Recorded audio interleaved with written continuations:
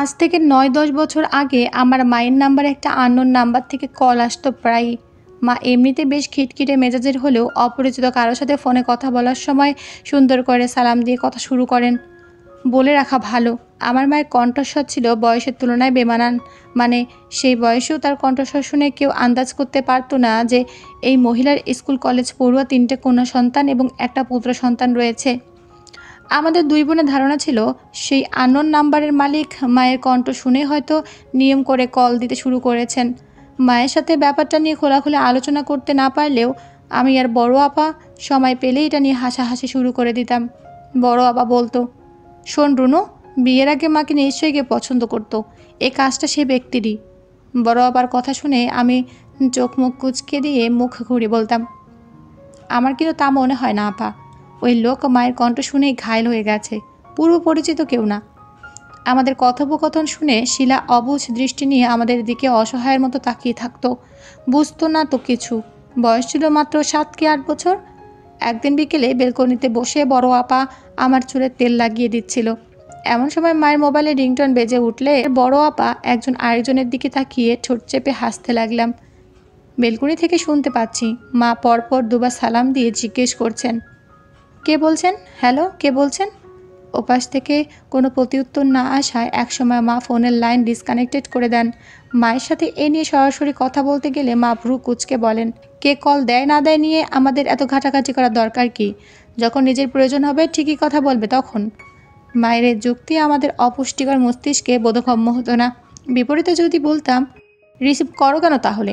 এই জন্যই তো পেয়ে বসেছে, কিছুদিন রিসিভ না করে দেখো, পরে আর কল দিবে না। মা তখন ঝাঁঝালো কণ্ঠে চেঁচিয়ে উঠতেন, তোকে এত মাতব্বরি করতে কে বলেছে? দরকারি কলও তো হতে পারে, যা গিয়ে পড়তে বস। মায়ের ধমকি ধামকি শুনে আমরা কেউই আর কথা বাড়ানোর সাহস পেতাম না। সেই সময় কল রেট খুব একটা সস্তা ছিল না, ভালো ছিল বলা যায়। আমাদের মাথায় ঢুকতো না প্রতিদিন এত টাকা খরচ করে কে এমন পাগলামি করছে।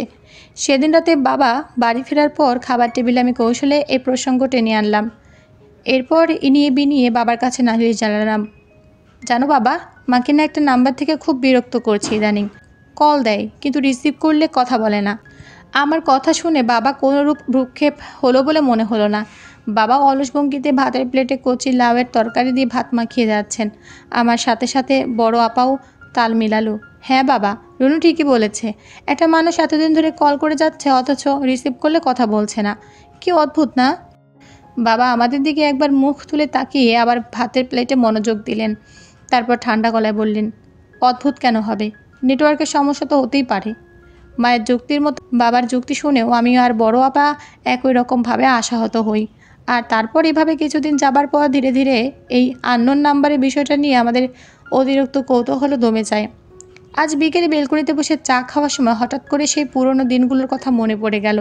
কিন্তু কি দেখে যেন মনে পড়লো, ও হ্যাঁ, মনে পড়েছে।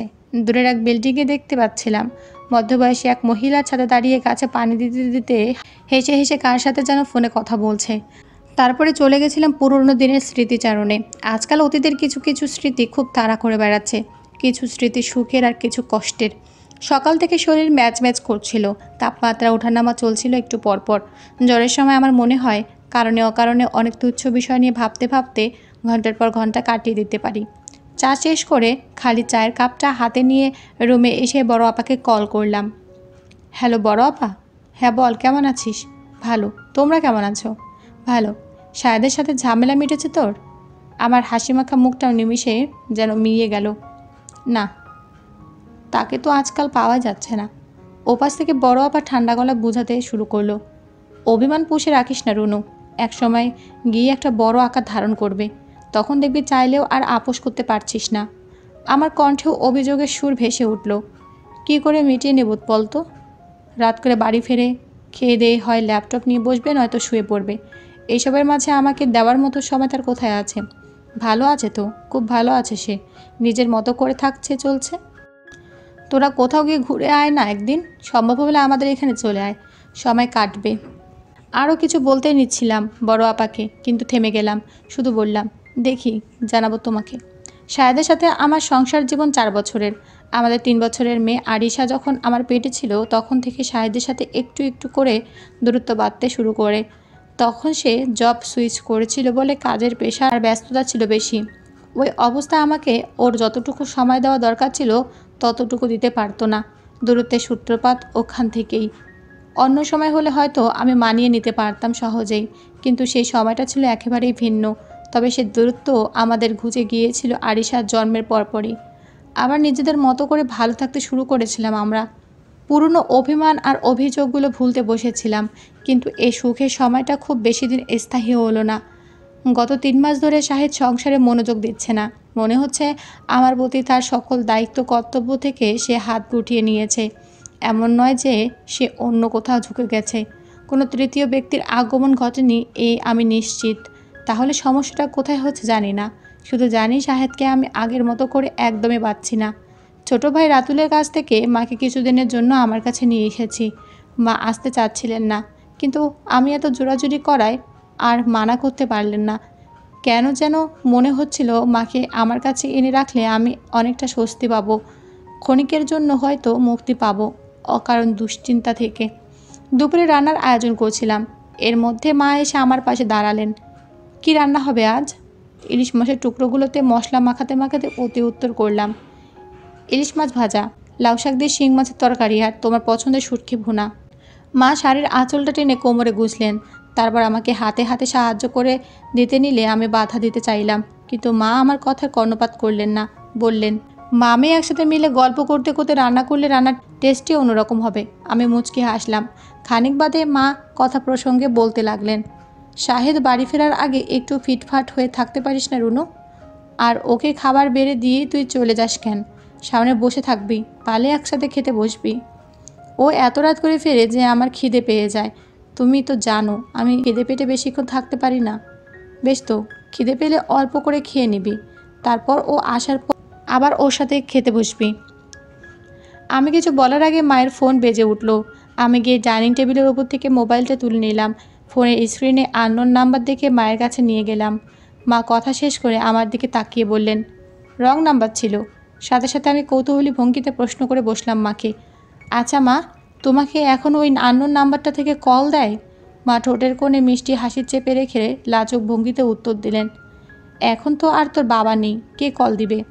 বিস্ময়ের চরম সীমায় পৌঁছে গেলাম আমি। কৌতূহল যেন আরও বেড়ে গেল। মানে ওই নাম্বারটা থেকে বাবা কল করতেন প্রতিদিন? সারাক্ষণ তো আমার খিটখিটে মেজাজের কণ্ঠ শুনে অভ্যস্ত ছিলেন, তাই অপরিচিত নাম্বার থেকে কল আসলে আমি নরম গলায় সালাম দিয়ে কথা বলতাম। এটা তার খুব পছন্দের ছিল। শুধু ওই কণ্ঠস্বর আর সালামটা শোনার জন্য এই ছেলে মানুষইটা করতেন। আমি অবাক হয়ে মায়ের দিকে তাকিয়ে রইলাম কিছুক্ষণ। বাবাকে আমরা সবসময় কাঠ খোট্টা রূপে দেখে এসেছি, মিতব্যয়ও বটে, আর এই মানুষটা কি না। বাবা মায়ের যুগটাই আসলে অন্যরকম ছিল। বনিতা বা অবহেলার কোনো প্রস্তরে থাকতো না সম্পর্কের মধ্যে। আর এখন এক বিছানায় থেকেও সাথের মানুষটার অস্তিত্ব অনুভব করা যায় না। মা হয়তো বাবারই মতো এবারও আমার মনের কথাগুলো ধরে ফেলতে পারলেন। বললেন, সম্পর্ক কখনো বদলায় না রনু, শুধু মন মানসিকতা আর গুরুত্বটা বদলে যায়। সময়টা এখন এমন পর্যায়ে এসে ঠেকেছে যে আমরা কেবল নিজেরটুকুই ষোলো আনা বুঝি। সাথের মানুষের মনের খবর রাখার চেয়ে নিজের মন ভালো রাখার প্রয়োজনীয়তাটা আমাদের কাছে বেশি গুরুত্বপূর্ণ হয়ে ওঠে। গুরুত্ব কে না চায় বল?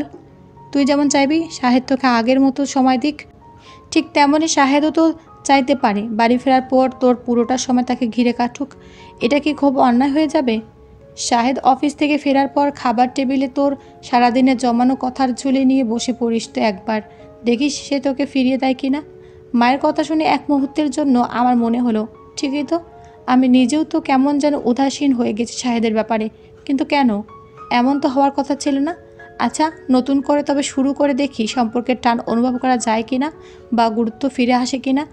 7 দিন পর। হ্যালো, আসসালামু আলাইকুম। হ্যালো, কে বলছেন? ফোনের ওপাশ থেকে এখনও কেউ কিছু বলছে না দেখে আমি এবার মুখ খুললাম। শাহেদ, কী ধরনের ছেলে মানুষ এগুলো? একটা দীর্ঘশ্বাস নিয়ে শাহেদ বলল, আমার শ্বশুরমশাই ধরনের ছেলে মানুষই, কিন্তু ধরে ফেললে কি করে? ট্রু কলার বলে একটা অ্যাপ আছে, তা হয়তো তুমি ভুলে গেছো। তাহলে প্রথমে এমন অপরিচিতের মতো সালাম দিলে কেন? মন চাইল তাই? কখন ফিরছো? যত তাড়াতাড়ি সম্ভব। বাহ, হঠাৎ এত চেঞ্জ! গুরুত্ব ততটুকু পাচ্ছি তার দ্বিগুণ ফিরিয়ে দিতে যাচ্ছি। মাঝখানে কি যে হয়েছিল আমার ছাড়ো তো সেসব কথা। এখন তো ভালো আছি, বেশ আছি। আচ্ছা শোনো,